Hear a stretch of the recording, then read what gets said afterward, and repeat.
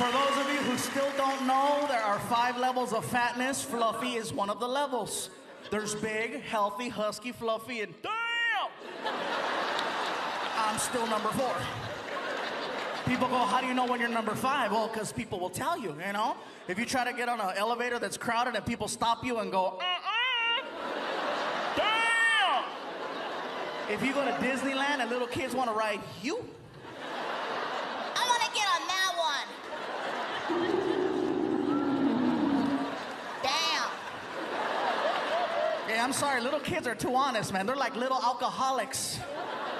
You know, and as far as, Disneyland, I love Disneyland, but they're not fluffy friendly. They're not, man. They care about safety, And that sucks, because I can handle 1 bar. 1 bar, I'm cool. But now they got the whole, If you're fluffy, one of those is not going to lock. You're trying. People are in line. You can do it!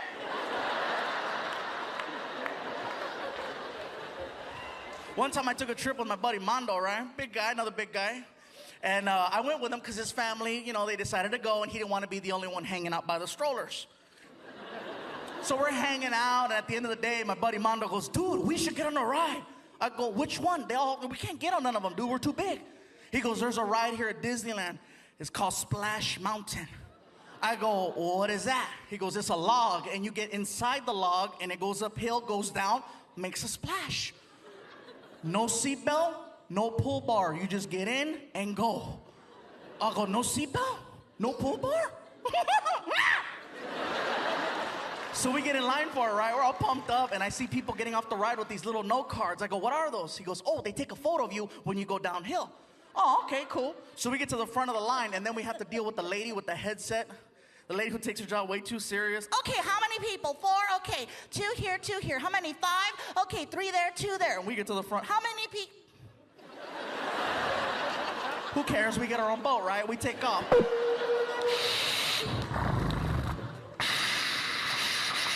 We're splishing and splashing like little kids. 3 minutes go by, the moment of truth. We get to the hill, right?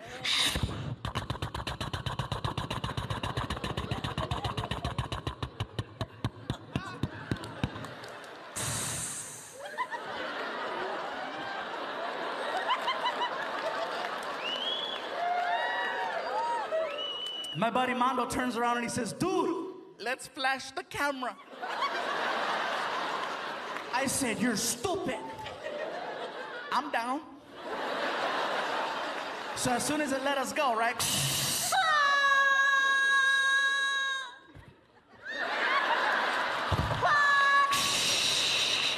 We get off the ride, we are soaking wet.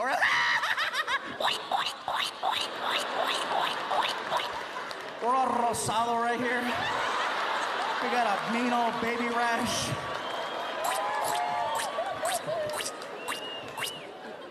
We go to buy the picture, and there's a lady behind the counter with her hand on the screen.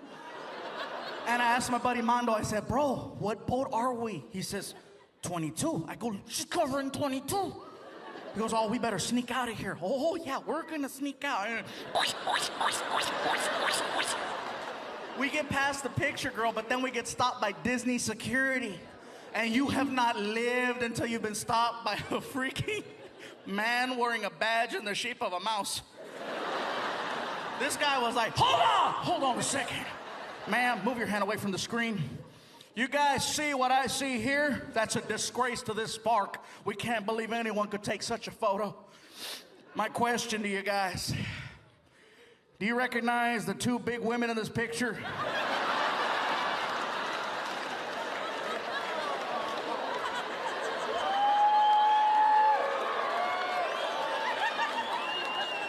And it wasn't until we walked over to this photo that my buddy Armando and I realized something about ourselves.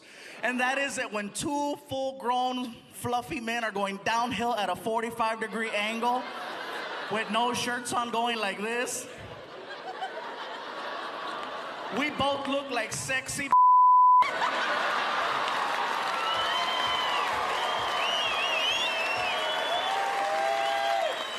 and it's like, time for the reunion.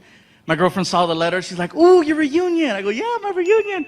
when is it? When are we going? Actually, I was gonna take my friend Tony, because, you know, we went to high school together. He's my best friend since high school, so I was gonna take Tony. You're gonna take Tony instead of me.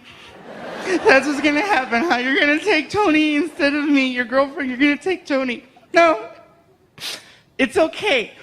It's okay. You take Tony, okay? And I hope you have a great time. Oh, thanks. I knew you'd understand, baby. I love you. Don't ask too many questions, you know what I mean? So my buddy Tony and I, we go to a high school reunion. We get there early, too early. There's nobody in the banquet hall. So we go upstairs to the bar area. We're watching a basketball game. Everything is cool until some guy recognized me. Hey, you're the comedian. What's up, dude? Dude, funny, bro. Let me buy you a shot. Actually, man, I have my reunion right now, and I don't want to show up drunk. Oh, I see how it is, bro. You're too good, huh? That's what it is, huh? Excuse me, George Lopez.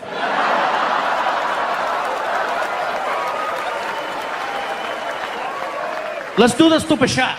All right, bartender shot. So he freaking makes a double. And we freaking cling, cling, and slammed it. I'm like, oh, thank you, man, thank you. Let's do another one. Oh, hey, man, I'm okay, thank you. See how it is, Paul Rodriguez? Let's do another shot. And he kept this pattern going. He must have had like 7 comedians behind his freaking wallet, you know? One after another. I got so drunk. I was that level of drunk where you can't even walk straight. You gotta look at the ground to navigate, you know? You're just kind of... I get to the reunion. There's a lady at a table, and she's got stickers on the table that say, hello, my name is. And then with a Sharpie, you write your name. I was so drunk, I couldn't even write Gabriel. I wrote flaco, which is Spanish for skinny. So, you know, I freaking write that, stick it on, and we walk in. The party's going on, you know. I'm trying to find a table. My buddy Tony took off. I couldn't find him. I'm sitting there. I'm like, oh my God. Oh my God. All of a sudden, the lights come up, and the class president is holding the microphone. Hello, everyone. Welcome to the Wilson High School class reunion. Let's just cut to the chase, find out what everyone's been up to, and keep the party rocking. So she pulls out a list. Who's done this? Who's done that? Who has the most children? Some girl in the back. 7. Everybody's like, puta. Now you remember. Okay. All right? She keeps going down the list. Who's done this? Who's done that? Who's been on television? Everybody at my table who wasn't talking to me before, you know, they weren't talking to me before. Now they're like, right here, right here, right here. I'm like, no, I'm drunk, no, shh. Sure enough, here comes the girl. Oh, we have a celebrity over here. Come on, say something. Get up here, Flaco. Come on, Flaco, get up here. No, I'm okay. Oh, come on, get up here. Are you too good or what? So I got mad and I jumped up. I'm not too good.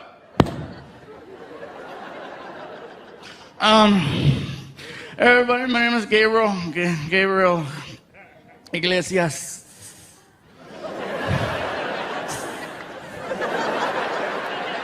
I don't want to say a whole lot right now because I've been drinking and I don't want to say nothing stupid.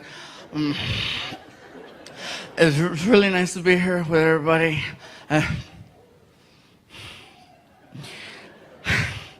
I see 2 girls here tonight. 2 who, when I was in the 12th grade, I asked out to the prom.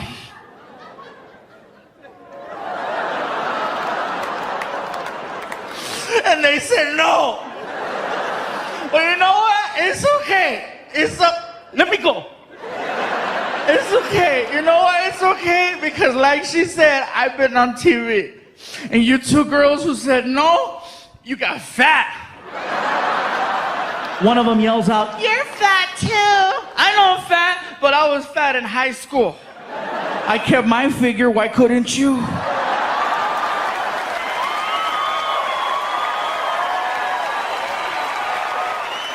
I go home to find out that someone broke into my house. Yeah, I'm like, are you kidding me? That's why I survived, to see this shit. The only reason why you haven't heard about it until now is because the detective who's working the case told me I'm not allowed to talk about it. In California. Yeah, if the guys that broke into my house are here tonight, bravo. Bravo, that's a flex and a half. No, they broke into my house, and of course, the number one question is, what did they take from your house? And what they took from me, honestly, was my peace of mind. I didn't feel safe in that house after. But if you must know, I did everything to prevent a break-in. I had, first of all, a good neighborhood. I had an alarm.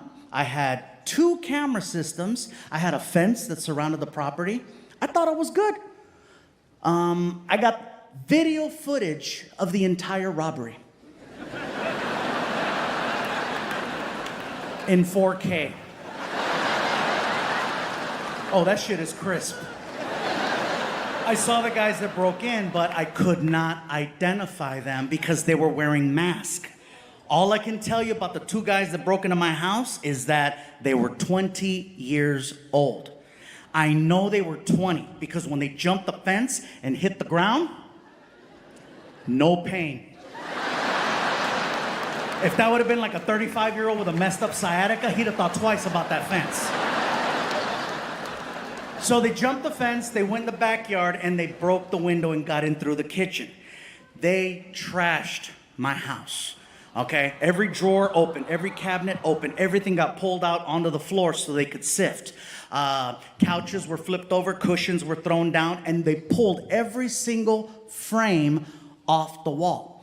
And I asked the detective, I said, hey, look, I understand the drawers, the cabinets, and even the couch thing, but what's the story with the frames on the wall? Why did they take everything off the wall, but they didn't take any of the frames? Some of that stuff was art. Mr. Iglesias, you have to understand something about these people that broke into your home. They were not looking for photos or art. They were actually looking for a safe. I said, a safe? Yes, sir, a safe. A lot of times in these homes, people will put a hole in the wall, install a safe, and then they'll hang a frame over the safe to disguise that their valuables are in there. I said, a safe? Sir, yes, a safe. But I just got this money. Did they check the mattress? Well, I don't know. Well, let's find out. So we walk into the master bedroom. I grabbed the edge of the bed, right? And I picked it up and I was like, ah, stupid!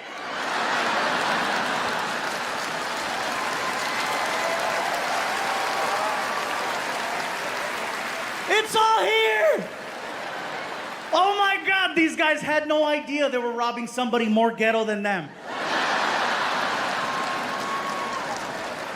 So at the end of it, they only got a couple of little trinkets from the drawers.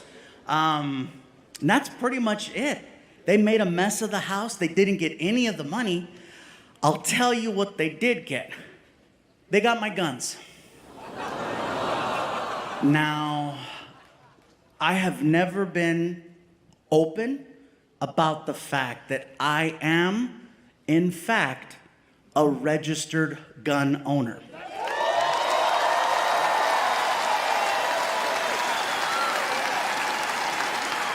Relax, Florida. I've never been open about it because, quite frankly, it's nobody's business. Okay? However, it does pertain to the story that I'm about to share with you. I am a recent gun owner. I became a gun owner in 2020. Okay? When we were in the middle of it. Every morning watching the news, we didn't know what was going to happen. And it started to feel irresponsible not preparing myself for a worst case situation. Every morning watching the news, it felt like we were headed towards the purge. Some of you are laughing, but think about this. The purge would have taken less time.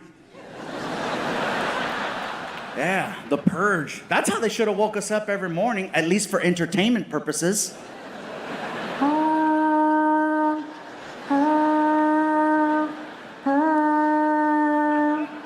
I'd like to thank you for your participation in the pandemic. The local time is 7:45 a.m.